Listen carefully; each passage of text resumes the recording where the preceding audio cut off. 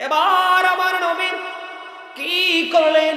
শীতের দিনে যখন বের হলেন, হঠাৎ করে নবীজি চেয়ে দেখলেন শীতের দিনে কিন্তু গাছের পাতাগুলো শুষ্ক হয়ে ঝরে ঝরে পড়ে। বন্ধু আমার, নবীজি দেখলেন, দেখার পরে নবীজি ডালা ধরলেন। গাছের ডালা যখন ধরলো, ধরার পরে বন্ধু এবার আবু জরকে একটা ডাক দিলেন, রে আবু জর। আবু জর উত্তর দিলেন, লাব্বাইকা ইয়া রাসূলুল্লাহ, আমি হাজির। ইয়া রাসূলুল্লাহ, ইয়া হাবিবাল্লাহ, নবী গো আমি হাজির ইয়া রাসূলুল্লাহ। আমার নবীজি একটা ডাক দিয়ে বললেন, রে আবু জর, ওই গাছের দিকে চেয়ে দেখো না, শীতের কারণে গাছের পাতাগুলো কেমনে শুষ্ক হয়ে ঝরে ঝরে পড়ে।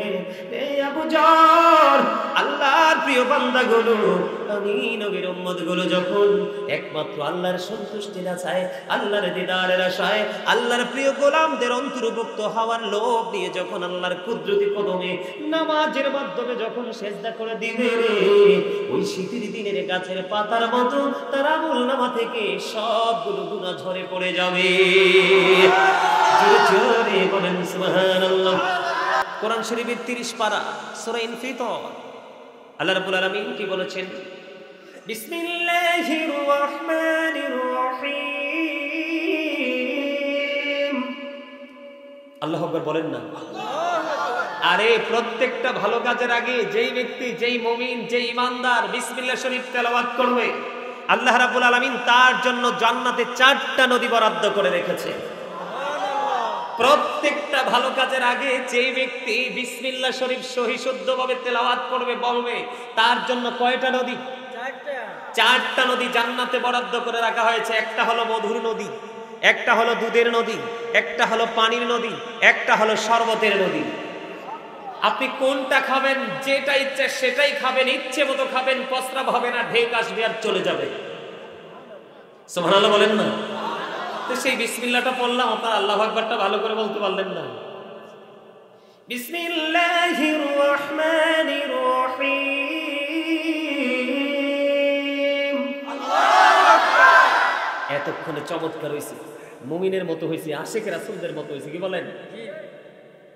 আল্লাহ কি বলে দেখেন, وَإِذَا الْقُبُورُ بُعْثِرَتْ عَلِمَتْ نَفْسٌ مَا قَدَّمَتْ وَأَخَّرَتْ। জোরে জোরে বলেন আল্লাহু আকবার। খবর আসেনি আশেপাশে? আছে না? যারা গেছে তারাই শেষ, নামরাও যাব। যেতে হবে তো, মাস্ট বি, যেতে হবে। এটা থেকে বাঁচার কোনো সুযোগ আছে? কবরে যে যাব, আমরা কিন্তু পৃথিবীর ক্যামেরা দেখলে ভয় পাই, হাই ধরা পড়ে যাব। কিন্তু ওই ক্যামেরার চাইতে আরো কত টেকসই ক্যামেরা 2 কাঁধে আছে। সেই সিসিটিভির কথা কিন্তু একবারও মনে পড়ে না, কারণ মনে পড়ার মতো মানুষের সাথে তো আমাদের সম্পর্ক নেই। আছে কার সাথে? পৃথিবীর সাথে। আল্লাহ বলেছেন, আমাল হায়াতুদ দুনিয়া ইল্লা মাতাউল গুরুর। এই পৃথিবীর জীবন, এই দুনিয়ার জীবন একটা ধোঁকা। আমরা ধোঁকার মধ্যে আছি। কিসের মধ্যে? এই জন্য আমরা জানি না। জানি জানি কে রামান কাঁদিবি কাঁদে বসিয়া,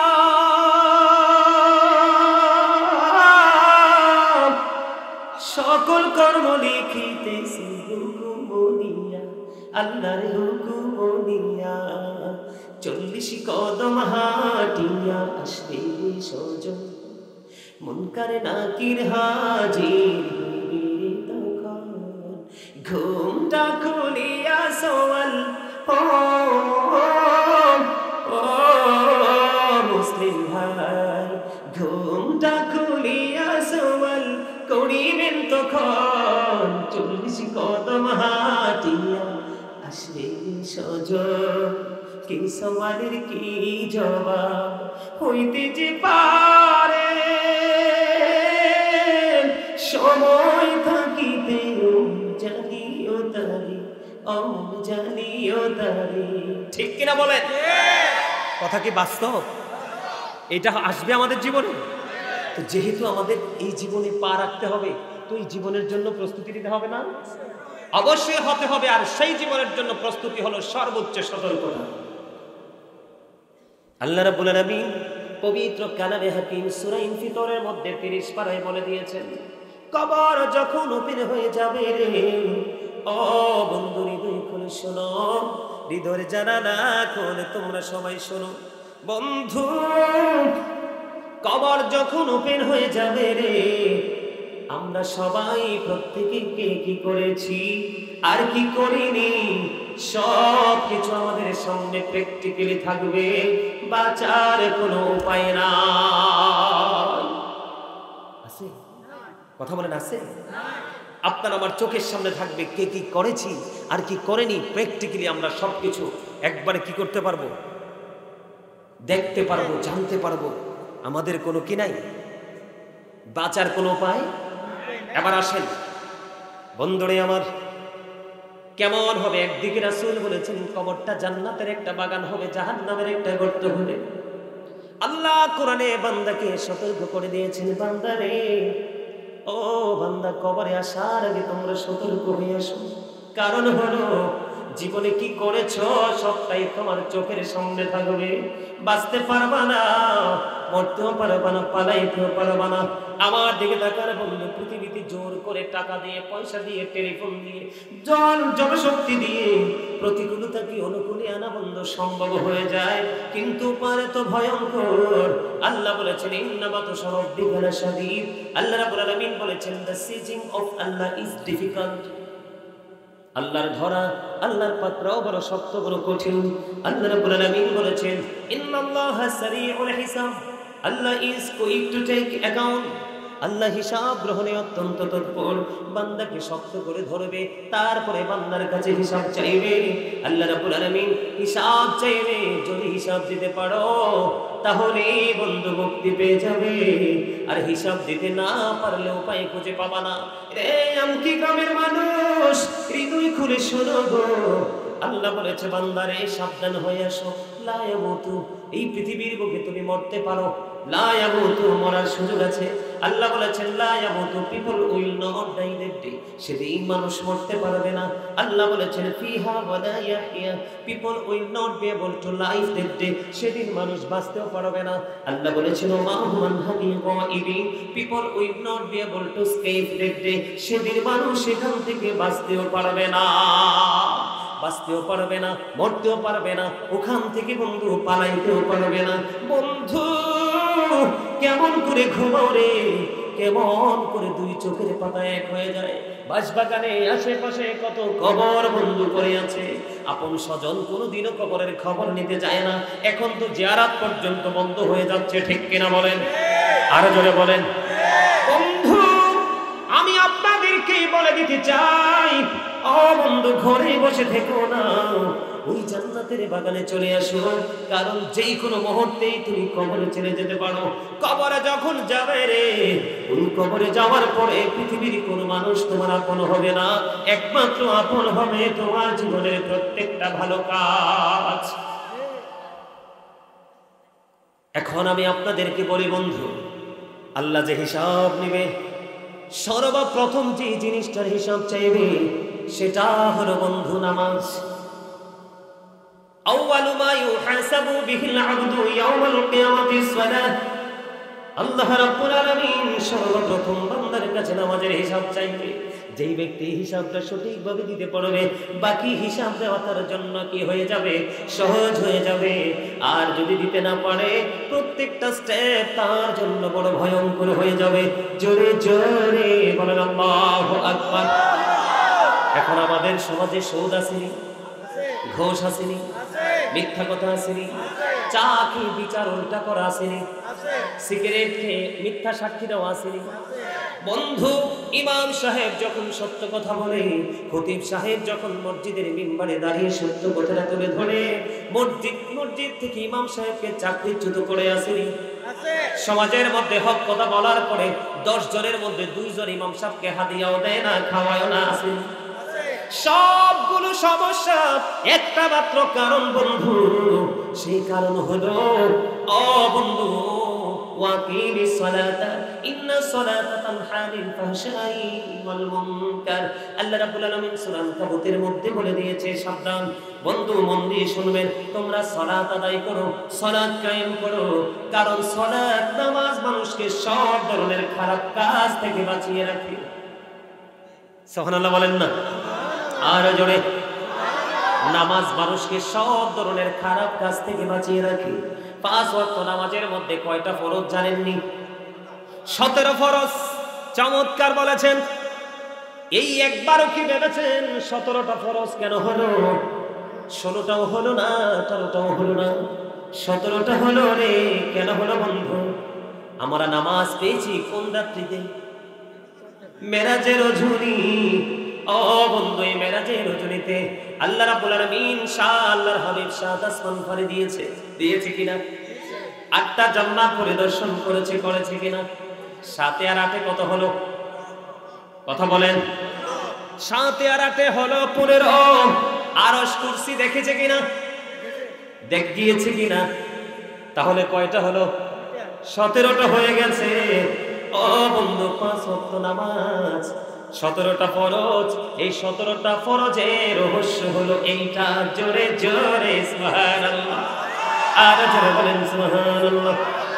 ও বন্ধু, আল্লাহ রাব্বুল আলামিন বান্দাকে নামাজ পড়ার অনুমতি দিয়েছেন, ফরজ করে দিয়েছেন। তার কারণ হলো সকল নোংরা, সকল নষ্ট, সকল খারাপ কাজ থেকে বাঁচার জন্য নামাজই আপনার জন্য সবচেয়ে বড় নিয়ামত।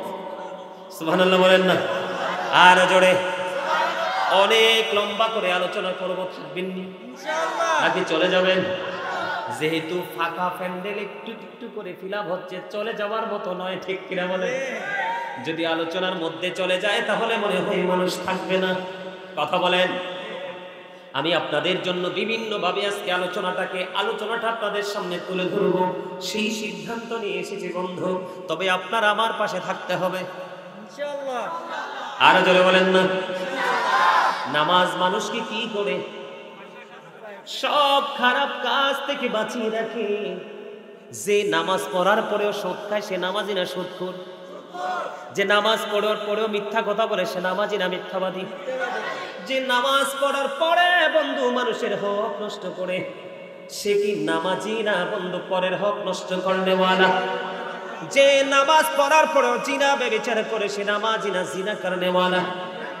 বন্ধু আমার আল্লাহ সূরা আনকাবুতের মধ্যে বলেছে, ইন্নাস সালাতা তানহা আনিল ফাহশাই ওয়াল মুনকার।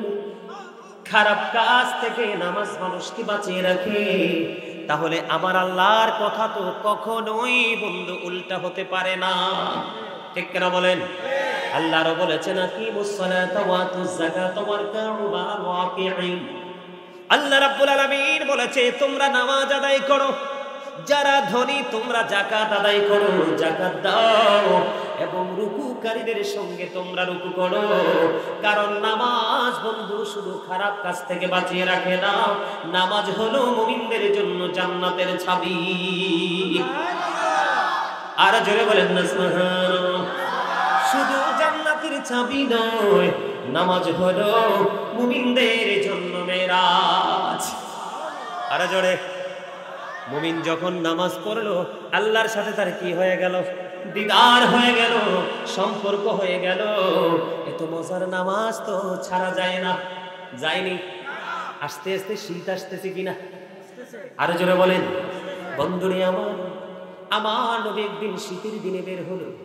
গভীর মনোযোগ বন্ধু, আলোচনায় যখন ঢুকবো প্রাসঙ্গিক কোনো কথা বলবো না, আলোচনাই করতে থাকবো। আমি আস্তে আস্তে করে গভীরের দিকে বন্ধু ঢুকতেছি, গভীর মন দিয়ে শুনতে হবে। ওই যে একটু আগে বলেছি, একটা হলো বন্ধু তোমার দেহ রে, আরেকটা হলো বন্ধু তোমার রুহু। তোমার দেহ থাকলে শুধু চলবে না, দেহের সাথে সাথে রুহুটাকেও যদি এখানে রাখতে পারো তাহলে তোমার জীবন হবে ধন্য, অন্যথায় তুমি হয়ে যাবে বড় নগণ্য। এবার আমার নবী কি করলেন?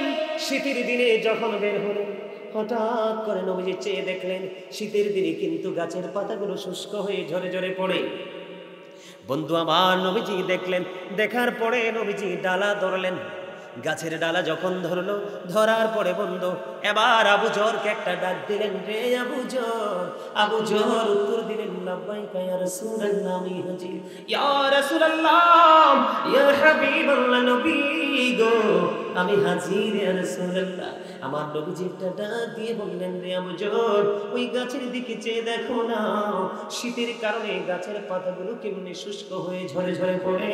রে আবু জর, আল্লাহর প্রিয় বান্দাগুলো, আমি নবীর উম্মতগুলো যখন একমাত্র আল্লাহর সন্তুষ্টির আশায়, আল্লাহর দিদারের আশায়, আল্লাহর প্রিয় গোলামদের অন্তর্ভুক্ত হওয়ার লোভ নিয়ে যখন আল্লাহর কুদরতি কদমে নামাজের মাধ্যমে যখন সেজদা করে দিবে রে, ওই শীতের দিনের গাছের পাতার মতো তার আমলনামা থেকে সবগুলো গুনাহ ঝরে পড়ে যাবে। জোরে জোরে বলেন সুবহানাল্লাহ।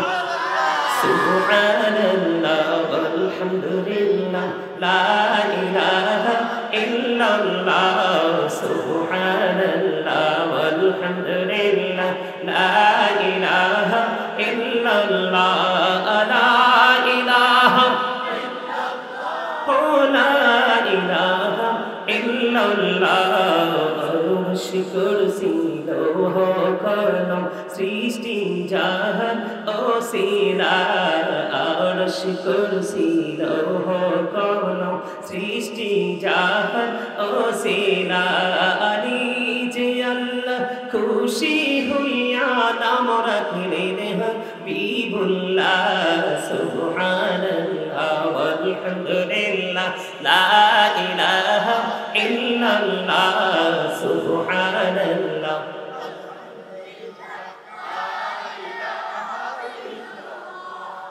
লা ইলাহা লা ইলাহা ইল্লাল্লাহ। আমার নূরের ফুতুল জগৎ করলেন ও জালা। রোজ হাসরে করবেন তিনি উম্মতের ফায়সালা। সুবহানাল্লাহ ওয়ালহামদুলিল্লাহ লা। সুবহানাল্লাহ ওয়ালহামদুলিল্লাহ লা ইলাহা ইল্লাল্লাহ। লা ইলাহা লা ইলাহা লা ইলাহা ইল্লাল্লাহ মুহাম্মাদুর রাসূলুল্লাহ সাল্লাল্লাহু আলাইহি ওয়াসাল্লাম। জোরে জোরে পড়ুন আলহামদুলিল্লাহ। বন্ধু, যে নামাজ পড়ার কারণে ওই শীতের দিনে গাছের পাতার মতো, ও বন্ধু আপনারা দেখবেন গাছ এমন ভাবে শূন্য হয়, একটা পাতাও গাছে থাকে না। আমার নবী সরকারে মদিনা, আল্লাহর প্রিয় হাবিব হাবিবুল্লাহ রাহমাতাল লিল আলামিন, শাফায়াতের কান্দারি ইমামুল মুরসালিন, নবী যেহেতু বলেছে, রে আবু জর, চাইয়া দেখো না, ওই শীতের দিনে যেমনি ভাবে গাছের পাতাগুলো ঝরে পড়ে যায়, ঠিক তেমনি ভাবে নামাজি বান্দার জীবনের গুনাহগুলো ঝরে পড়ে যাবে। এতে বোঝা যায় আমার নবী যেহেতু গাছের দিকে ইঙ্গিত করে বন্ধু এক্সাম্পল দিয়েছে, এতে বোঝা যায় বান্দার আমলনামায় একটা গুনাহও থাকবে না। জোরে জোরে বলেন সুবহানাল্লাহ। বন্ধু, তোমরা জানো না, ও কি গ্রামের মানুষ, আমার ভাই, আমার বাবারা, মা মা গো, ও আমার বোনেরা, সবাইকে আমি হৃদয় থেকে বলছি, হৃদয় খুলে শোনো।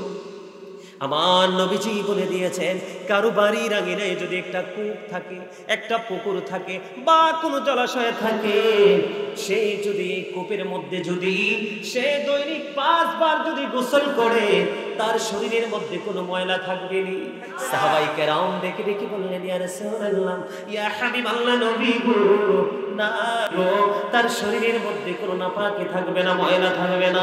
আমার নবী বলেছে, তোমরা জেনে রাখো, আমার উম্মতগুলো, আল্লাহর প্রিয় বান্দাগুলো যখন দৈনিক 5 বার নামাজ পড়বে, ওই পুকুরে 5 বার গোসল করলে যেমন শরীরে কোনো ময়লা থাকে না, শরীরের মধ্যে কোনো দুর্গন্ধ থাকে না, আমার উম্মতগুলো যখন 5 ওয়াক্ত নামাজ যথা নিয়মে পড়বে রে, তখন তার আমলনামায় একটা গুনাহও থাকবে না। জোরে জোরে বলেন না সুবহানাল্লাহ। আমি আপনাদেরকে শুধু বোঝানোর জন্য বলছি বন্ধু, শুধুমাত্র আপনাদেরকে অ্যাক্টিভ করার জন্য বলছি, মানসিকতাটাকে পরিবর্তন করার জন্য, স্টাইলটাকে চেঞ্জ করার জন্য বলছি। আমি আমার মা বন্ধুদেরকে বলবো, মা গো বিরক্ত হইও না, প্রতিদিন এই মাহফিলটা হবে না, আগামী বছর বেঁচে থাকলে আবার পাবো, নয়তো না। এই জন্য বলেছি বিরক্ত হয়েন না, একটু হৃদয় খুলে শোনেন বন্ধু। ঈসা রুহুল্লাহর খবর তো জানেন, পৃথিবীর বুকে বাবা ছাড়া তিনি পৃথিবীর বুকে এসেছে বন্ধু। একদিন তিনি আঁকা বাঁকা মেঠো পথে হাঁটছে, হঠাৎ করে তিনি দেখতে পাইলেন বন্ধু, ধুলাবালির মধ্যে একটা পাখি তার নিজের শরীরটাকে ধুলাবালিতে দূষণ করে নিচ্ছে, আবার সেই পুকুরে গিয়ে গোসল করছে, নদীতে গিয়ে তিনি গোসল করছে। গোসল করার পরে তার ময়লা পরিষ্কার হয়ে যায়। ভিজা শরীরে ধুলাবালু বেশি লাগে না কম লাগে? আরো বেশি লাগে। এমনি করে করে তিনি ঈসা নবী দেখতে পেলেন 5 বার। কয়বার? 5 বার পাখিটা নিজের শরীরটাকে ময়লা করে দিল। 5 বার সে ওই পুকুরের মধ্যে জলাশয়ে গোসলটা করলো। তিনি চিন্তা করতেছে কি আশ্চর্য ধরনের ব্যাপার, একটা পাখি নিজেই সে কি করতেছে, নিজেই সে ময়লা করতেছে, আবার নিজেই গিয়ে পরিষ্কার করতেছে। ঈসা নবী চিন্তা করে, এরই মধ্যে আল্লাহর পক্ষ থেকে ফয়সালা চলে আসলো, নবী, আল্লাহ নবী গো, এটা হলো আখির নবী, আল্লাহর প্রিয় হাবিব, হাবিবুল্লাহর উম্মতের নিদর্শন। ওই পাখি যেমনি ভাবে ধুলাবালির মধ্যে শরীরটাকে গড়াগড়ি দিয়ে ময়লা করে দিচ্ছে, এটা হলো আখির নবীর উম্মতের গুনাহ। আর যখন ওই পানির মধ্যে যখন সে ডুব দিচ্ছে, ময়লাগুলো পরিষ্কার হয়ে যাচ্ছে। ওই পানিটা হলো ওই নামাজের মতো, নামাজ পড়লে যেমন তার কি হয়ে যায়, গোসল করলে যেমন ময়লা পরিষ্কার হয়ে যায়, তেমনি ভাবে নামাজ পড়লে বান্দার শরীর থেকে সব গুনাহ মুছে যাবে। এটা হলো আখির নবীর উম্মতের নিদর্শন। প্র্যাকটিক্যালি আমার আপনার প্রাণের নবী আমাদেরকে দেখিয়ে দিলেন বন্ধু। এত মজার খবর, আরো মজার খবর আছে, আমি আপনাদেরকে বলবো। আমাদের নামাজের মধ্যে কিছু সুন্নাত আছে একেবারে বাধ্যতামূলক। এই সুন্নাতের সংখ্যা কত বলতে পারবেন নি? বলতে পারবেন না? একেবারে কম, মাত্র 12 রাকাত। কয় রাকাত? আর জোরে বলেন, কয় রাকাত? 12 রাকাত। আমার দিকে তাকান, আমি হিসাব মিলিয়ে দিচ্ছি। মা আয়েশা সিদ্দিকা রাদিয়াল্লাহু তাআলা আনহা থেকে হাদিস বর্ণিত, আমার আপনার প্রাণের নবী জানিয়ে দিয়েছে, আয়েশা রে, ও আয়েশা, 12 রাকাত সুন্নাত নামাজ যদি কোনো বান্দা প্রতিদিন পড়ে রে, আমার আল্লাহ কথা দিয়েছে ওই সুন্নাত নামাজ আদায়কারীর জন্য হাদিস কানা বন্ধু, তিরমিজির হাদিস, আমার নবী জানিয়ে দিয়েছেন ওই 12 রাকাত সুন্নাত নামাজ যে প্রতিদিন আদায় করবে, আমার আল্লাহ নিজেই তার জন্য জান্নাতে ঘর বানিয়ে রাখবে। আর জোরে বলেন না সুবহানাল্লাহ। সুবহানাল্লাহ বলতে কষ্ট হয়? ও আল্লাহ, সুবহানাল্লাহ তো জিকির। সুবহানাল্লাহ কি জিকির? তো জিকির ইজ দ্য হার্ট মেডিসিন। জিকির হলো হার্টের ঔষধ। আল্লাহ বলেছেন, remember me then I will remember you. Allah বলেছেন, ফাযকুরুনি আযকুরুকুম, তোমরা আমাকে স্মরণ করো, আমি তোমাদেরকে স্মরণ করব। সুবহানাল্লাহ বলেন। জিকিরের বাংলা হলো স্মরণ, ইংলিশে এটাকে বলা হয় রিমেম্বার। নামাজ বড় জিকির। কি জিকির? নামাজ বড় জিকির। এই জিকিরের সাথে সাথে আরো মজার জিকির আমরা লোভে নিচ্ছি, ঠিক কিনা বলেন? যেমন সুবহানাল্লাহ আল্লাহর জিকির, আলহামদুলিল্লাহ আল্লাহর জিকির, আল্লাহু আকবার আল্লাহর জিকির, লা ইলাহা ইল্লাল্লাহ আল্লাহর জিকির। কাউকে ভালো কাজের জন্য ডাকা, এটাও জিকির। কাউকে খারাপ কাজ থেকে থামিয়ে দেওয়া, এটাও আল্লাহর জিকির। তার মানে সৎ কাজের আদেশ অসৎ কাজের জন্য বারণ করা, ওটাও আল্লাহর জিকির। নামাজ আল্লাহর জিকিরের জলসা। যে জিকির একই জায়গায় দাঁড়িয়ে এবং বসে সম্পূর্ণ করা হয়, এটাকে বলা হয় জিকিরের জলসা। এই জিকিরের জলসা হলো নামাজ। হজ হলো জিকিরের জুলুস। যেই আমলটা বিভিন্ন জায়গা পরিদর্শন করে সম্পূর্ণ করা হয়, ওটাকে বলা হয় জিকিরের জুলুস। আরো বলতে হবে ফজিলত। আমার নবীজি বলেছেন, তোমরা যখন জান্নাতের বাগানে যাও, তখন তোমরা ওখান থেকে জান্নাতি ফল খেয়ে নিও। ইয়া রাসূলুল্লাহ, ইয়া হাবিবাল্লাহ, নবী গো, ওই জান্নাতের বাগান বাগান কোনটা, জান্নাতের বাগানের ফল কোনটা। আমার নবীজি জানিয়ে দিলেন আজকেরটাও জান্নাতের বাগান, মসজিদও জান্নাতের বাগান বাইতুল্লাহ।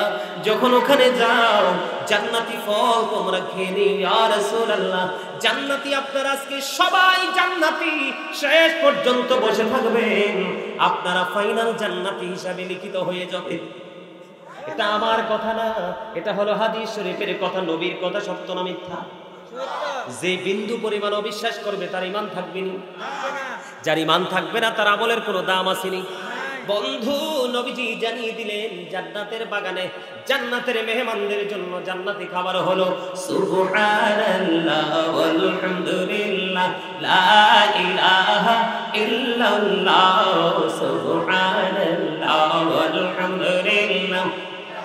মুহাব্বতে লা ইলাহা লা ইলাহা লা ইলাহা ইল্লাল্লাহ মুহাম্মাদুর রাসূলুল্লাহ সাল্লাল্লাহু আলাইহি ওয়াসাল্লাম। বন্ধু, মজার জায়গায় নিয়ে এসেছি। যেই সুন্নাত আপনার জন্য জান্নাতে ঘর বরাদ্দ হবে, ওই সুন্নাত সম্পর্কে জানার দরকার আছে না নাই? আমি আজকে বন্ধু নামাজের ফজিলত নিয়ে আরো আলোচনা করব, করার পরে আমি আপনাদেরকে আজকে সুন্নাত এবং নফল ইবাদতের মর্যাদা বোঝাবো। কারণ হলো দিন দিন মানুষ নামাজ পড়ে ঠিকই, কিন্তু কমার্শিয়াল নামাজ। কথা কন না? আমার যুবক ভাইরা বুঝবে, ডিজিটাল ডিজিটাল কিটাল, কথা কও কিটাল, ডিজিটাল নামাজ আপনাদের এই হয় না জানি না, তবে আমাদের এলাকায় বন্ধু হয় রে। এই ডিজিটাল নামাজটা পড়ে আমাদের এলাকার, আমাদের এরিয়ার ম্যাক্সিমাম যুবক তোমরা আমাকে ভালো বলো আর খারাপ বলো, আমি সেটা শুধু কিছুই তোয়াক্কা করব না, সত্য কথা আজকে বলে যাব। আল্লাহ বলেছেন ওয়াকুলু কাওলান সাদীদা, আল্লাহ বলেছেন সে দা রাইট থিং, সত্য কথা বলো, সঠিক কথা বলো, মিথ্যা বলা যাবে না। মিথ্যা হলো সব অপরাধের মূল। যুবক বন্ধু, তোমরা আমাকে শত্রু মনে করো না, আমি তোমাদেরকে আজকে বলে যাই, এখন থেকে সামনের দিকে যত যুবক পৃথিবীতে আসবে ম্যাক্সিমাম যুবক হবে জাহান্নামী। জোরে বলেন না নাউজুবিল্লাহ, আরো আওয়াজ তুলে বলেন নাউজুবিল্লাহ। ম্যাক্সিমাম যুবক কোথায় যাবে? জাহান্নামে যাবে রে। আর আপনাদের মতো মুরব্বী যারা আছেন তারাই যাবে ম্যাক্সিমাম বন্ধু জান্নাতে। বলে হুজুর আপনি কেমন করে বললেন, এই দুইটা জায়গা কেমন করে আপনি ডিভাইড করে দিলেন, আইডেন্টিফাই করলেন? তার কারণ হলো মুরব্বীদের সিনায় যখন ঢুকি তখন শুধু পাওয়া যায় সফট আচরণ, মুরব্বীদের অন্তরে পাওয়া যায় বন্ধু ভালোবাসা। মুরব্বী হাঁটতে পারে না, তারপর হাইয়া আলাস সালাহ শুনতে দেরি, মসজিদে যাইতে দেরি করে না, আছে না নাই? আর এখনকার যুবক আপনারা দেখবেন, এখনকার যুবক আজকে যদি ডিজিটাল কোনো মৌলবী বক্তা আসতো, গান গাইতে পারে, ডান্স টুস দিতে পারে, কিছু কৌতুক করতে পারে, কিছু গানকে নকল করতে পারে, আজকে আপনারা মুরব্বীরা এখানে বসার চান্সও পাইতেন না। কথা বলেন না কেন? আপনারা আসার কথা দূরের কথা, স্বপ্ন দেখতে পারতেন না, লোকারণ্য হয়ে যাইত এই জায়গাটা। কারণ হলো যুবক তোমরা পুরোপুরি পথভ্রষ্ট হয়ে গেছো। বলো হুজুর বলেন কেমন করে? এই যে মোবাইল, এটার মতো অভিশপ্ত জিনিস বর্তমানে আমাদের মুসলমানের কাছে আর কিছুই নাই। এটা মানুষের ঈমানকে ধ্বংস করেছে, এটা মানুষের চোখের জিনা দিন দিন বাড়িয়ে দিচ্ছে, এটা যুবক যুবতীদের চরিত্রকে হরণ করছে, এটা বন্ধু বিবাহিত বউ অবিবাহিত ছেলের সাথে ভাগিয়ে নেওয়ার জন্য সহায়ক হচ্ছে, এটা মানুষের একেবারে ইসলামকে ধ্বংস করে দিয়েছে। বলে হুজুর এবার আমাদেরকে একটা এক্সাম্পল দেন। আমি গত জুম্মার দিনে অবাক হয়ে গেলাম, বন্ধুরে আমার, ইমাম সাহেব সালাম ফিরাইতে দেরি রে, মাত্র 2 রাকাত খুতবাও শোনে না। কি করে না? খুতবাও শোনে না। 2 রাকাত সালাম ফিরানোর পরে মনে হয় যেন দরজায় যুদ্ধ শুরু হয়ে গেছে, কার আগে কে বাহির হবে। আমার নবী বলেছেন, আজকের এই মাহফিলকে সাক্ষী করে বলে যাই, আমার নবী বলে দিয়েছেন, কেউ যদি ইচ্ছে করে আমি নবীর একটা সুন্নাতকে ছেড়ে দেয়, উম্মত দাবি করে কিন্তু ইচ্ছে করে যদি আমি নবীর সুন্নাতকে ছেড়ে দে, আমি নবী তাকে উম্মত বলে স্বীকৃতি দিব না। নবীর উম্মত হইতে না পারলে তুমি আল্লাহর বান্দাও হতে পারবা না। কথা কি বুঝে আসছে? এবার আমার দিকে তাকান। যুবকদের চুল কাটার স্টাইল দেখেন, বেদিনদের স্টাইল, দাড়ি রাখার স্টাইল দেখেন, ইহুদিদের স্টাইল, পোশাক পরার স্টাইল দেখেন, বিশেষ করে জিন্স প্যান্টটা। আমি যুবক তোমাদেরকে বলি, এটা নামাজের সাথে যুক্ত। আল্লাহ বলেছেন লিবাসুত তাকওয়া যালিকা খায়র, আল্লাহর কাছে সবচেয়ে উত্তম পোশাক হলো তাকওয়ার পোশাক। যুবক বিরক্ত হইও না, আমার দিকে তাকাও। আজকের পরে যদি তোমার লাইফ স্টাইলটাকে চেঞ্জ করতে পারো, তাহলে তুমি হবে হুসাইনি কাফেলার সদস্য। কারণ যুবক রে, ও যুবক, আমার নবী বলে দিয়েছেন আল হাসান ওয়াল হুসাইন সাইয়্যিদা শাবাবি আহলিল জান্নাহ। আমার রাসূল বলেছেন, আমার নবী বলেছেন, ইমাম Hasan and Husain are the leader of younger people in জান্নাহ। এরে আমকি গ্রামের যুবক, আমার নবী বলে দিয়েছে ইমাম হাসান হুসাইন দুইজন নবীর কলিজার টুকরা, জান্নাতে যুবকদের লিডার হয়ে যাবে। এই যে যুবক, আমি তোমাদেরকে বলি, শুধু নারীদের জন্য পর্দা ফরজ না, পুরুষের জন্য পর্দা ফরজ। পুরুষের পর্দা হলো, আমার দিকে তাকাও, আল্লাহর কোরআন থেকে প্রমাণিত এবং বুখারী শরীফের হাদিস দ্বারা প্রমাণিত। পুরুষের পোশাক উপর দিয়ে থাকবে নাভি বরাবর অথবা নাভির উপরে, কোনোভাবেই বন্ধু নাভির নিচে যেতে পারবে না।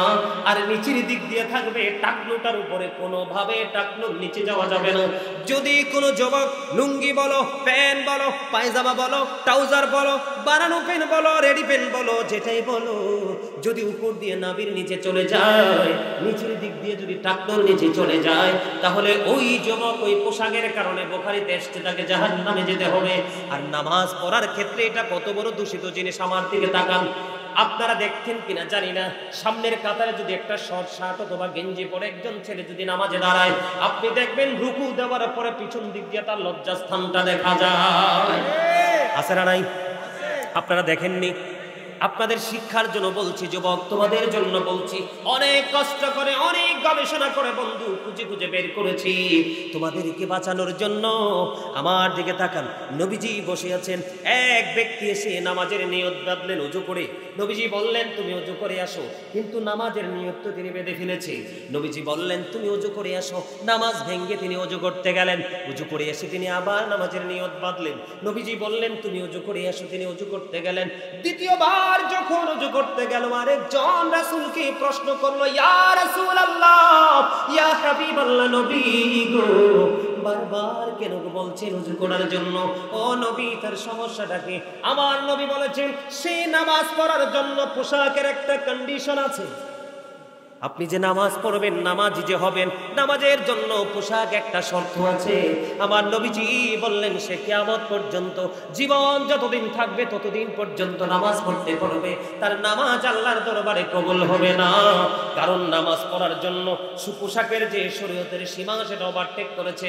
কারণ সে বারবার যদি ওযু করেছে, তার পোশাকটা টাকনুর নিচে ছিল, এটা উঠায় নাই, এই জন্য বারবার বলেছে ওযু করার জন্য। আমি আপনাদেরকে আরেকটা কথা বলে দেই বন্ধু, জুম্মার দিনে দেখা যায় ম্যাক্সিমাম যুবক জুম্মার দিনে লাল টকটকে লাল পাঞ্জাবি পরে মসজিদে যায়। দাদা ভাই আছে না নাই? দেখেন কি দেখেন না? আপনার লাল, পুরুষের জন্য একবারে টকটকা লাল কাপড় পরা মাকরুহে তাহরিমি, হারামের অন্তর্ভুক্ত। কিসের অন্তর্ভুক্ত? হারামের অন্তর্ভুক্ত। বুঝে নেন, একবারে টকটকা লাল যে জামা, সেটা পুরুষের জন্য জায়েজ নয়, এটা পড়তে পারবা না। আমার নবীকে এক ব্যক্তি একবার দুইটা সালাম দিয়েছে। কয়টা? দুইটা সালাম দিয়েছে। নবী একটা সালামের জবাব দেয়নি। তার কারণ কি? নবী সালামের জবাবটা কেন দিল না? না দেওয়ার কারণ হলো সেই দুইটা লাল জামা তার পরনে দেখতে পেয়েছে। জোরে জোরে নাউজুবিল্লাহ। তাহলে আজকে থেকে জিন্স প্যান্ট পরে, টাকনুর নিচে পোশাক পরে, যেই কোনো পোশাকে হোক যাবেননি। এবার দেখেন ইসলাম কত সুন্দর। আবু বকর সিদ্দিক রাদিয়াল্লাহু তাআলা আনহু প্রশ্ন করেছেন, ইয়া রাসূলুল্লাহ, ইয়া হাবিবাল্লাহ, নবী গো, আমার দিকে তাকান, একটু মন দিয়ে শোনেন। নবীজিকে প্রশ্ন করেছি, ইয়া রাসূলুল্লাহ, আমি তো সব সময় আমার পোশাকটা টাকনুর উপরে রাখি, কিন্তু মনের অজান্তেটা নিচের দিকে চলে যায়, সেই ক্ষেত্রে আমি কি জাহান্নামী হব গো? নবীজি জানিয়ে দিয়েছেন, না না না রে আবু বকর, একটা মানুষ সব সময় সেই টাকনুর উপরে রাখে পোশাকটা, মনের অজান্তে এটা যখন টাকনুর নিচে চলে গেল, সে তাৎক্ষণিকভাবে পোশাকটাকে উঠিয়ে ফেললো, আল্লাহ তাকে কোনো সাজা দিবে না।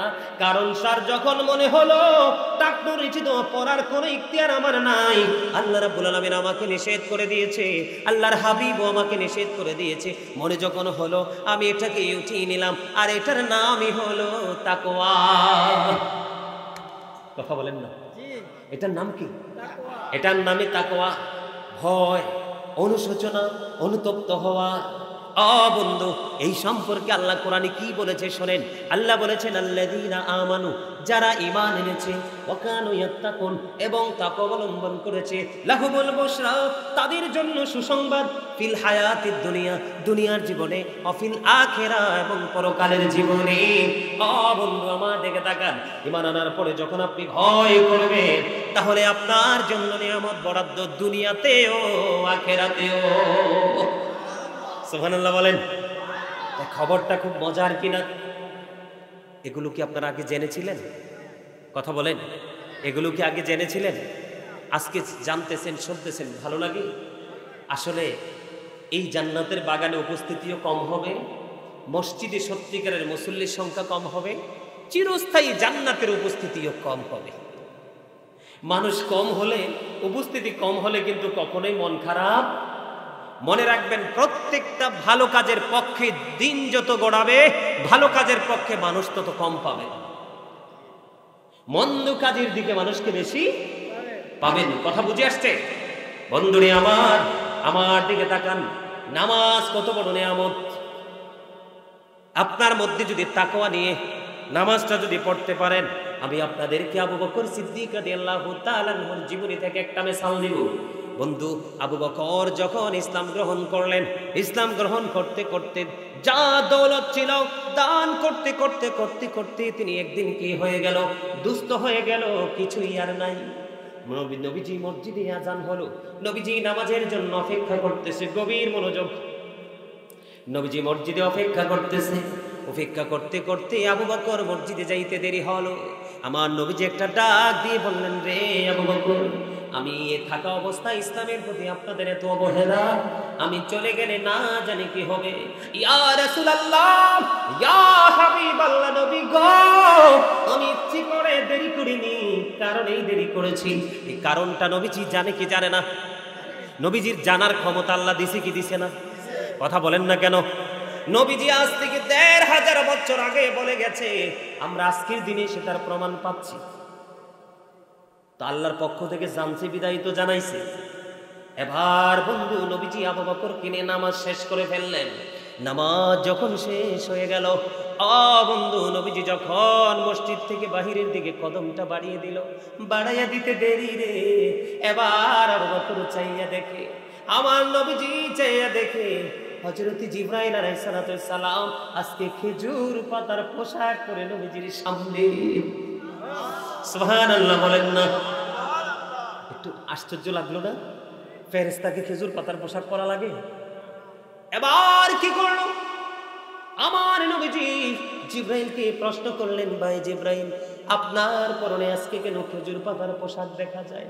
নবী গো, ও প্রাণের নবী, আপনি আবু বকরের দিকে তাকাইয়া দেখুন গো নবী, আবু বকরের পরনে খেজুর পাতার পোশাক দেখা যায়। কারণটা কি আমি বলি? হযরত আবু বকর দান করতে করতে দুস্থ হয়ে গেছে, কিছু নাই রে। আজকে যে মসজিদে নামাজ পড়তে যাবে বন্ধু, এই পোশাকটা পর্যন্ত নাই। আবু বকর চিন্তা করলেন, আমার পোশাক নাই, এই অজুহাতে নামাজ ছাড়া যাবে না।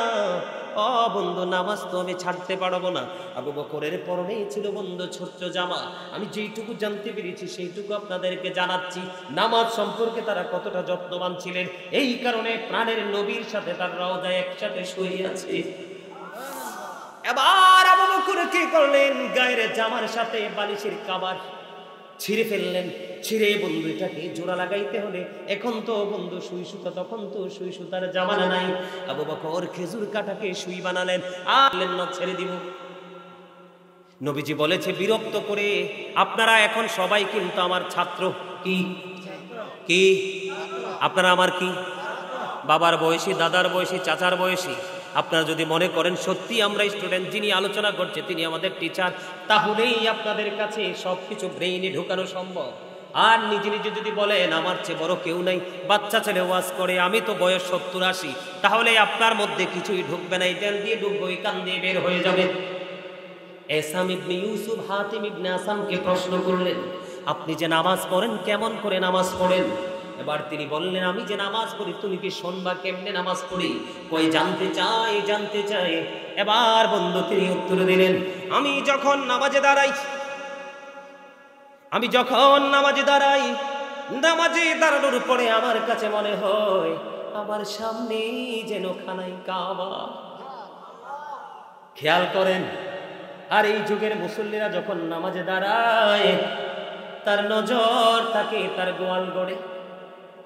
এই যুগের মুসল্লিরা যখন নামাজে দাঁড়ায় তার নিয়ত মন থাকে তার ব্যবসা প্রতিষ্ঠানে। সে যখন নামাজে দাঁড়ায় একজন কৃষক, একজন ফার্মার, তখন তার মানসিকতা থাকে খেতের আইনি। কথা বলেন না কেন? এই কারণে নামাজ পড়ার পরেও সে নামাজি হতে পারল না।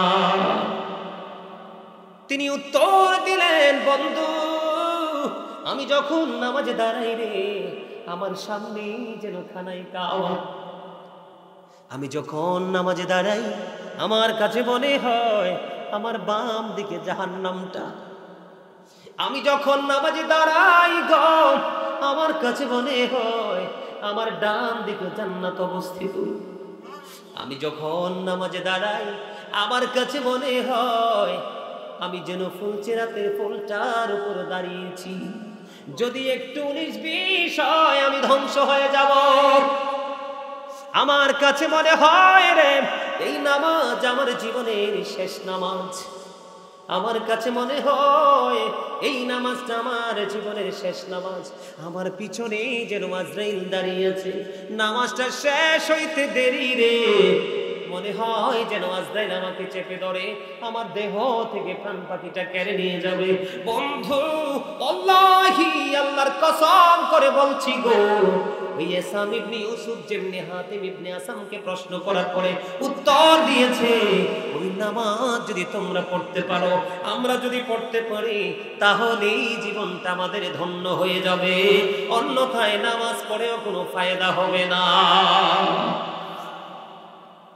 আমাদের বাঁচার রাস্তার কোনো শেষ নাই বন্ধু। প্রতিদিন শিফট আকারে ফেরেশতারা আমাদেরকে পরিদর্শন করার জন্য আসে। দিনের বেলা যারা আসে তারা চলে যায়, রাতের বেলা যারা আসে পরের দিন চলে যায়। ফেরেশতারা যখন পৃথিবী পরিদর্শন করে যখন চলে যাবে, আমার আল্লাহ সব খবর জানে কি জানে না? কোনো কিছু বাদ আসেনি। আমার আল্লাহ ফেরেশতাদেরকে ডেকে ডেকে বলে, ফেরেশতারা রে আমার বান্দাগুলোকে কোন অবস্থায় রেখে এসেছো? এবার দেখেন ফেরেশতারা ডেকে ডেকে বলে, আল্লাহ গো আমরা যখন পৃথিবীর জমিনে কদমটা বাড়িয়ে দিয়েছি তখন দেখেছি আপনার বান্দারা নামাজরত অবস্থায়।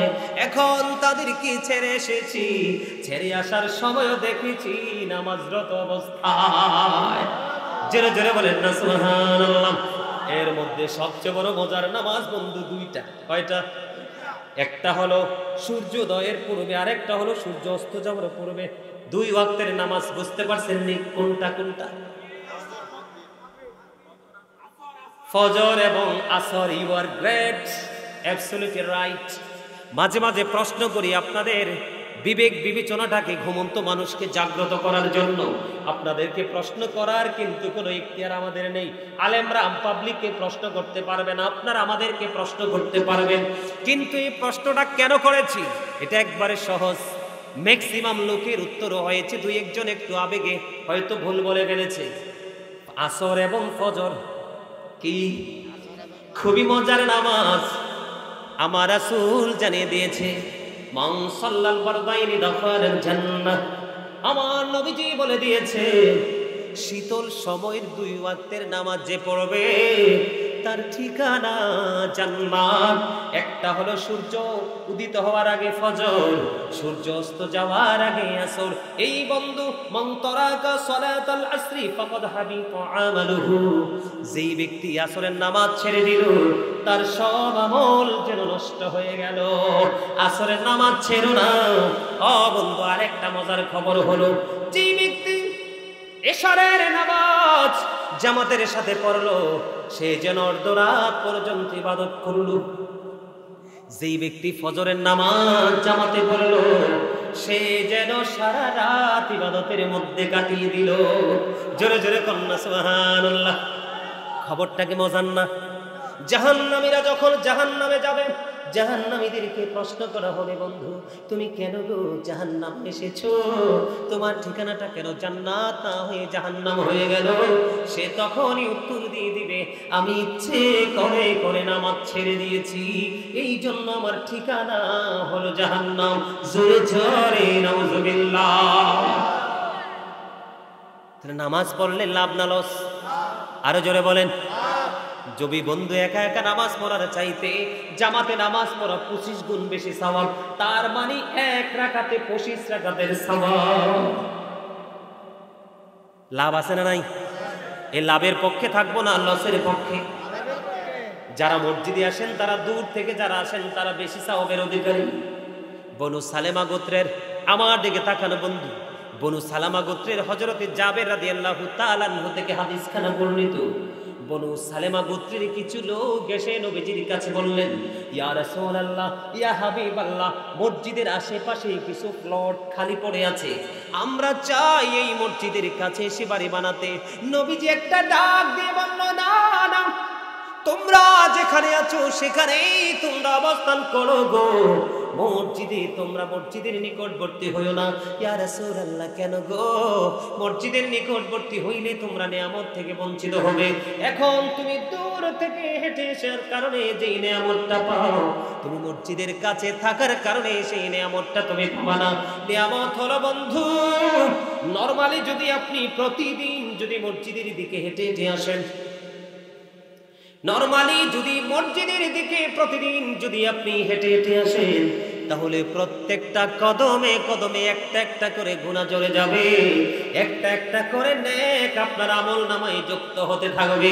এই জন্য আপনার আমার প্রাণের নবী বনু সালেমা গোত্রের লোকদেরকে বলেছে, তোমরা যেখানে আছো সেখানেই থাকো, মসজিদের নিকটবর্তী হয়ে বাড়ি বানানোর দরকার।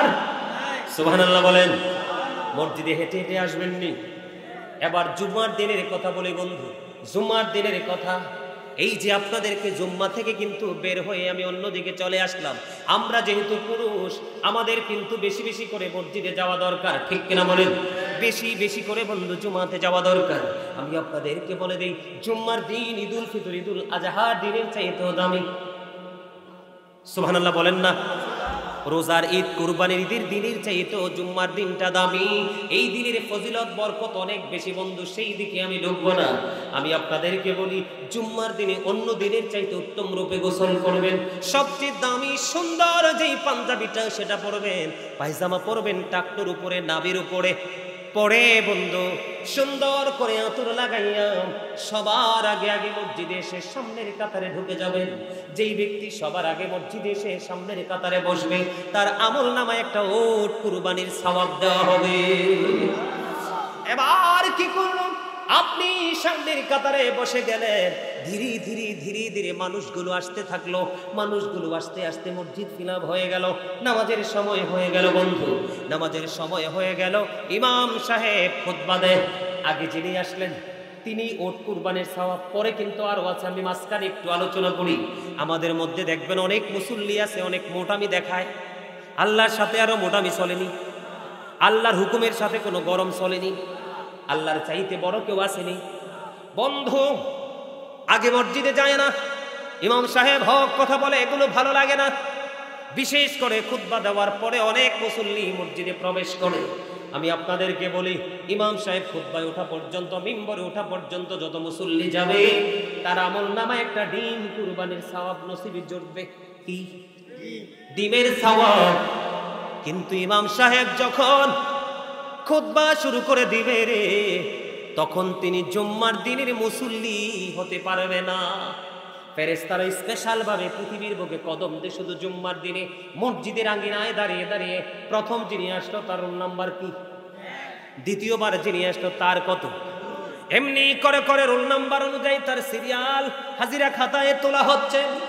যখন ইমাম সাহেব খতিব সাহেব খুতবা দেওয়ার জন্য বলল, খুতবা হাতে নিয়ে যখন দাঁড়িয়ে গেল, যেই ফেরেশতাকে ওই যে আপনার আমার বন্ধু শিডিউলটা তৈরি করার জন্য, আপনার আমার রোল নাম্বারটা আজকে নির্ধারণ করার জন্য, আপনি আমি যে জুম্মার দিনে নামাজ পড়তেছি সেটা জরিপ করার জন্য যেই ফেরেশতারা আসলো, ইমাম সাহেব মনে রাখবেন, ইমাম সাহেব মিম্বরে দাঁড়াইয়া খুতবাটা হাতে নিতে দেরি রে, সঙ্গে সঙ্গেই বন্ধু ওই ফেরেশতারা ওই তাদের নোটবুকটাকে ক্লোজ করে দেয়, বন্ধ করে দেয়।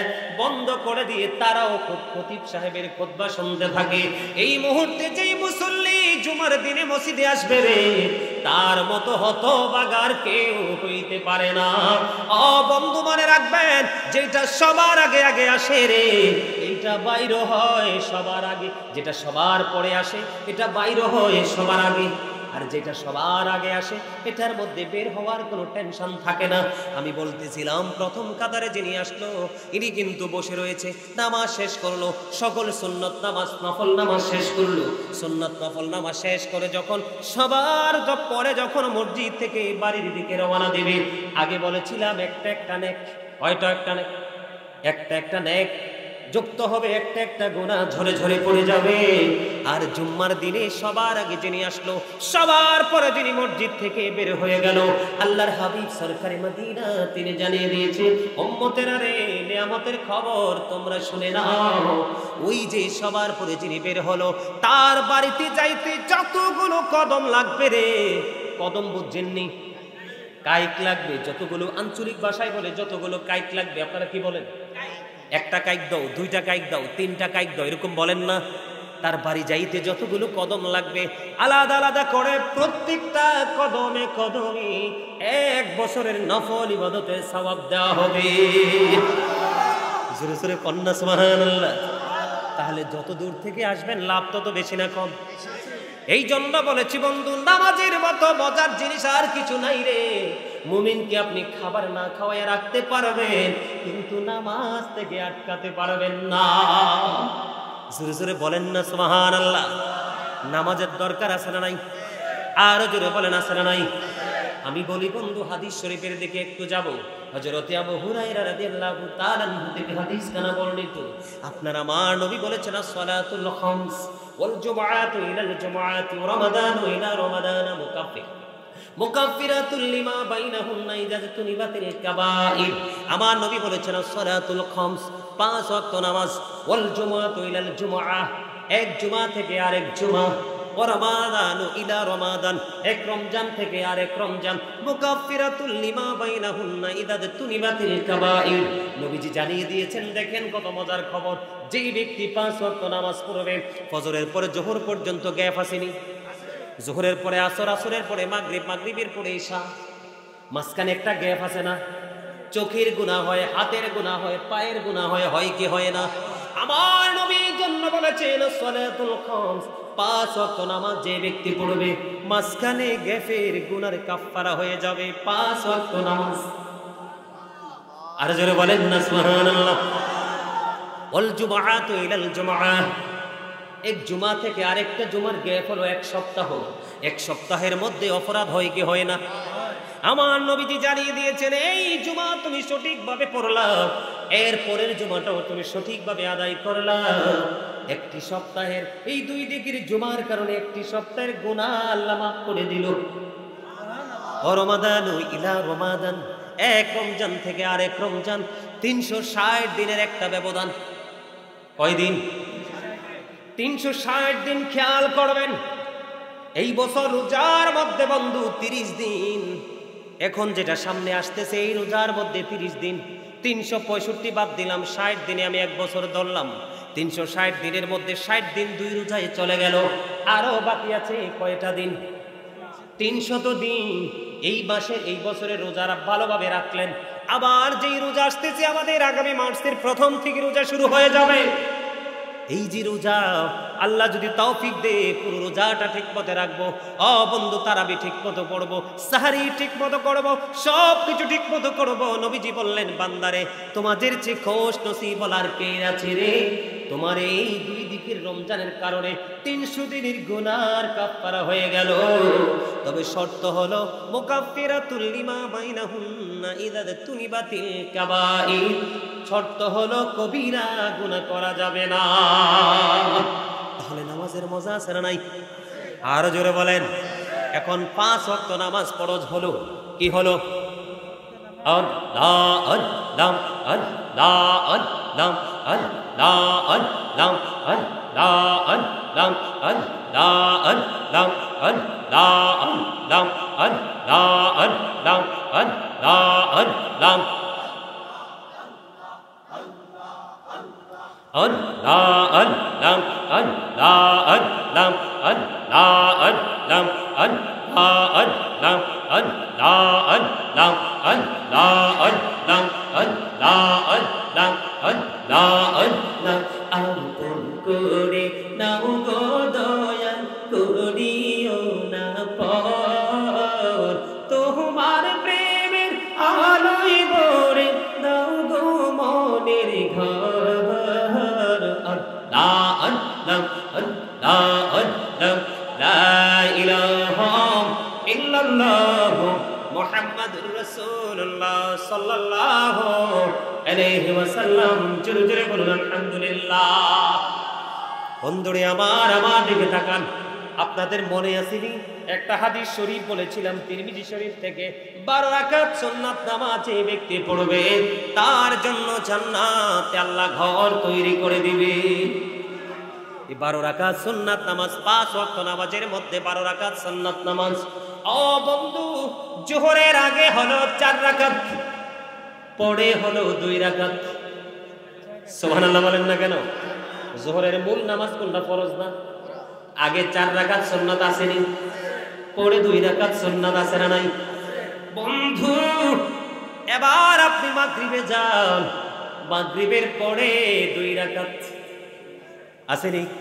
আরো জোরে বলেন। এশার নামাজে যাই, ওইখানে জোহরে পাইলাম কয় রাকাত? 6 রাকাত।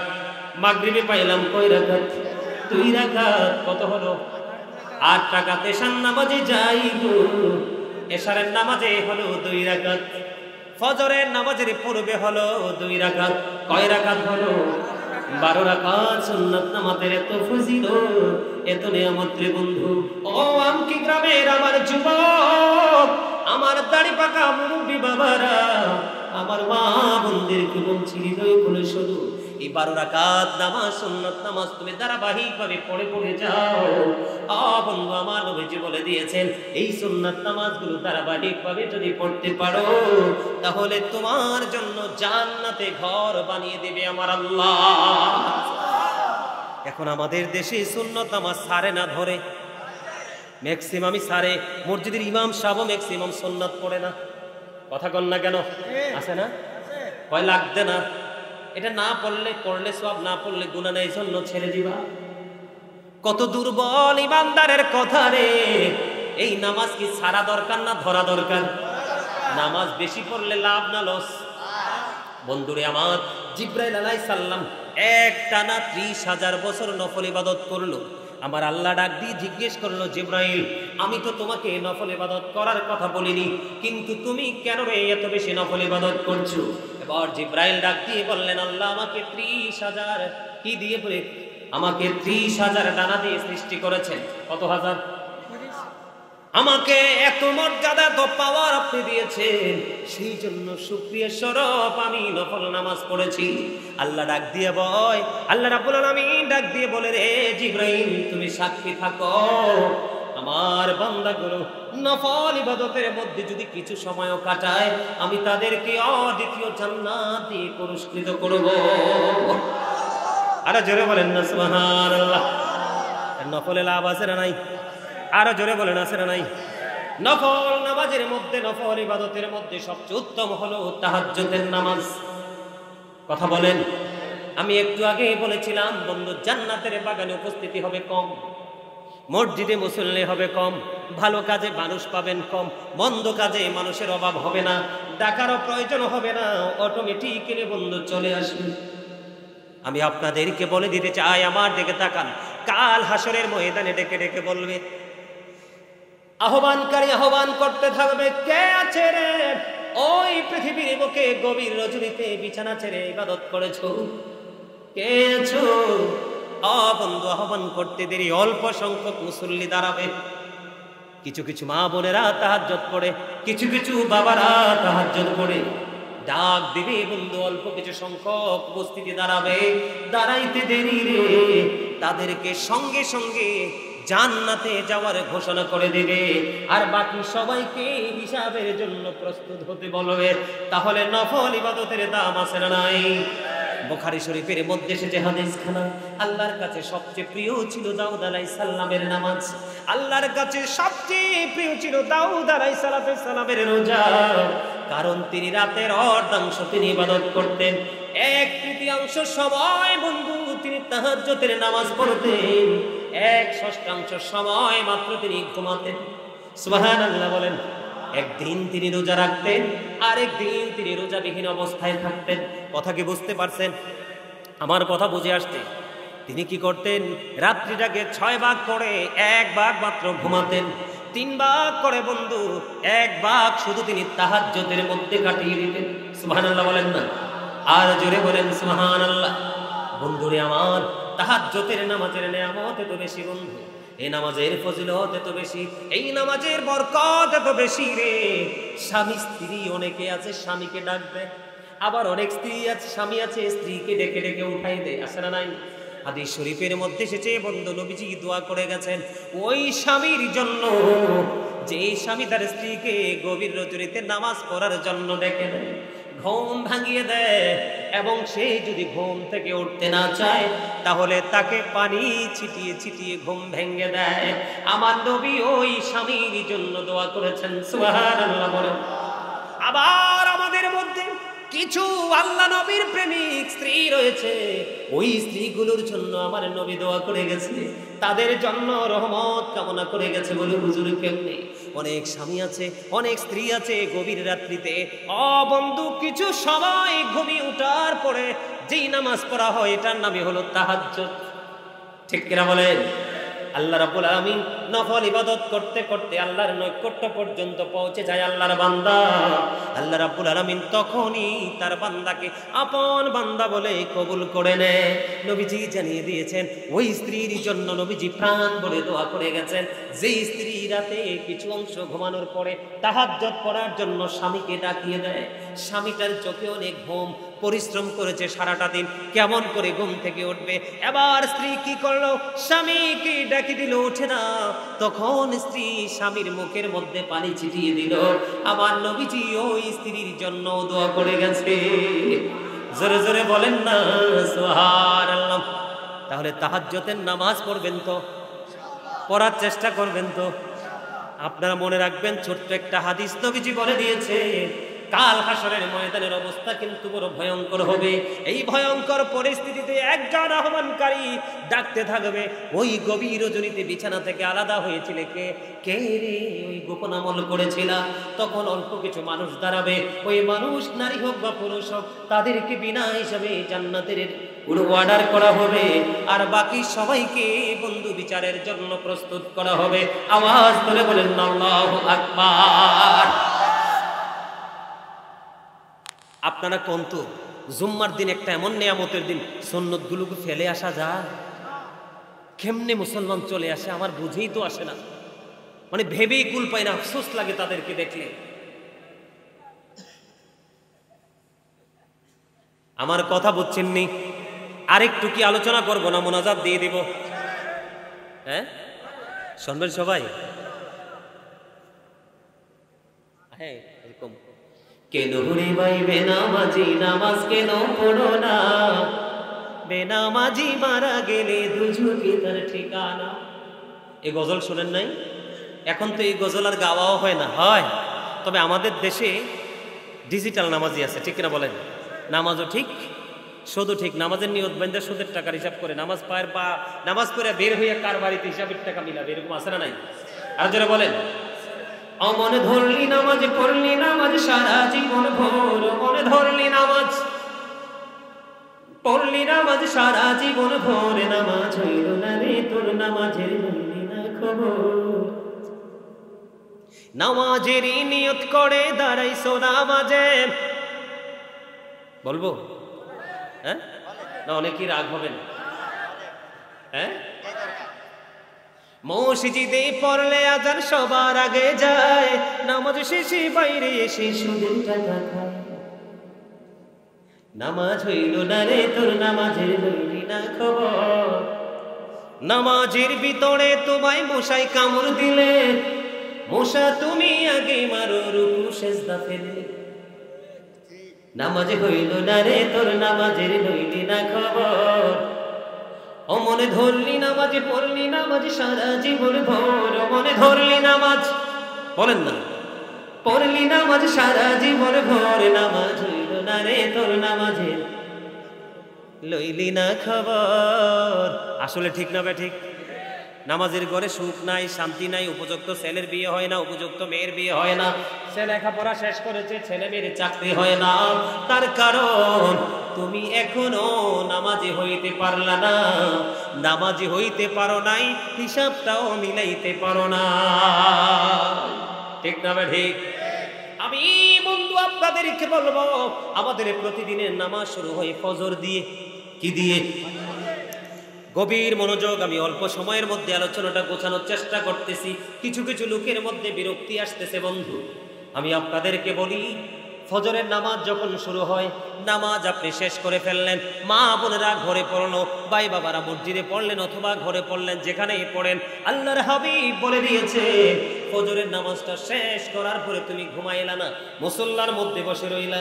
মুসল্লার মধ্যে বসে থাকতে থাকতে বন্ধুরে ইশরাকের নামাজের সময় হয়ে গেল, কিন্তু তুমি গ্যাপ সময় অতিরিক্ত কথা বলতে পারবা না, কোনো ধরনের অন্যায় অপরাধ বন্ধ কথা বলতে পারবা না, কোরআন তেলাওয়াত করতে পারো, জিকির করতে পারো, যাই করো। নামাজ শেষ করে তুমি মুসল্লায় বসে রইলা। মুসল্লায় যখন বসে রইলা, বসে থাকতে থাকতে সূর্য উঠে গেল, ইশরাকের নামাজটা তুমি আদায় করে ফেললা। মাত্র 2 রাকাত। কয় রাকাত?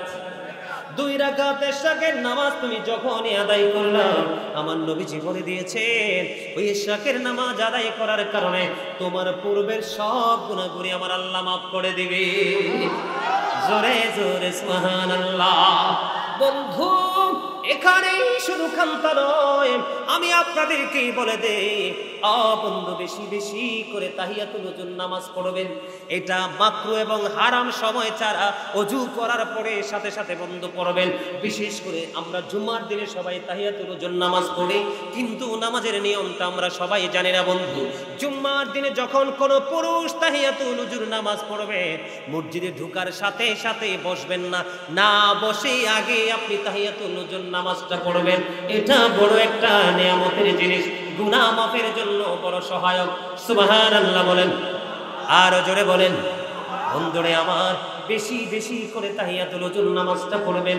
এবার ইশরাকের নামাজ আপনি পড়ে ফেলেছেন, আরো একটু অপেক্ষা করেন। ইশরাকের নামাজ পড়ার পরে একটা নামাজ আছে দুহার অথবা শাস্তের নামাজ। আসেনি? দুহার অথবা শাস্তের নামাজ। এই নামাজটা 2 রাকাত থেকে 12 রাকাত পর্যন্ত পড়া যায়। কয় রাকাত? 2 রাকাত থেকে 12 রাকাত পর্যন্ত পড়া যায়। এটা সূর্য পশ্চিম আকাশে হেলে যাওয়ার আগ পর্যন্ত এটার সময়। কথা বুঝছেননি? তার মানে 12টার পরে কিন্তু সূর্য পশ্চিম আকাশে হেলে যায় 12টা পর্যন্ত বা 12টার একটু আগে, কারণ 12টার সময় নামাজ পড়া যাবে না। এটা হলো দ্বিপ্রহর। সূর্য ওঠার সময় পড়া যাবে না, সূর্য অস্ত যাওয়ার সময় পড়া যাবে না। এই 3টা সময় হলো বন্ধু হারাম টাইম। এই টাইমে কোনো ইবাদত আমল করা যায় না। এবার কি করলেন আপনি? চাস্তের নামাজ পড়লেন। আল্লাহর হাবিব সরকারে মদিনা তিনি জানিয়ে দিয়েছে, আমার দিকে তাকান, মানুষের শরীরের মধ্যে 360টা জোড়া আছে। কয়টা? 360টা জোড়া আছে। এই 360টা জোড়ার সাদকা আদায় করতে হবে আপনাকে। হুজুর কেমন করে সাদকা আদায় করব? নবীজি জানিয়ে দিয়েছেন, রাস্তার মধ্যে যদি কোনো কষ্টদায়ক বস্তু থাকে তুমি এটা সরিয়ে দাও। কি করে দাও? এটা উঠিয়ে দাও। মসজিদের মধ্যে অনেকেই ভুল করে থুতু ফেলে দিল, অনেকেই কিন্তু ভুল করে বন্ধু কফ ফেলে দিল। এইরকম ময়লাযুক্ত জিনিস যখন পালায়, যেই ব্যক্তি এটাকে উঠাইয়া পরিষ্কার করে মাটির মধ্যে পুঁতে দিবে, অথবা রাস্তার মধ্যে বন্ধু কি করবে, রাস্তার মধ্যে কি করবে, সেই কষ্টদায়ক বস্তু যখন থাকবে এটাকে সে উঠিয়ে ফেলে দিবে, তাহলে তার 360টা জোড়ার সাদকা আদায় হয়ে যাবে। জোরে জোরে বলেন সুবহানাল্লাহ। এবার বলে হুজুর আমি পারবো না। বিশেষ করে মহিলারা বলবে হুজুর পুরুষরা হয়তো এটা করতে পারবে, আমরা মহিলারা তো এটা করতে পারবো না। আপনারা যদি করতে না পারেন আফসোস করার কোনো বিষয় নেই, কারণ আপনাদের জন্য রয়েছে চাস্তের নামাজ, ওই নামাজ পড়লেই হয়ে যাবে। সুবহানাল্লাহ বলেন না, আর জোরে বলেন সুবহানাল্লাহ। খবরটা কি মজা লাগে নাই? আপনি সিম্পল একটা কাজ করবেন, 360টা জোড়ার সাদকা আদায় হয়ে যাবে। জোরে জোরে বলেন না সুবহানাল্লাহ। জীবনের গুনাহগুলো মাফ হয়ে যাবে। কত বড় নিয়ামত।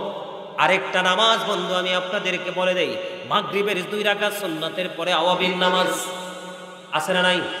কয় রাকাত? 6 রাকাত। এই 6 রাকাত আওয়াবিন নামাজ বন্ধু পড়ার নিয়ম হলো অত্যন্ত সুন্দর।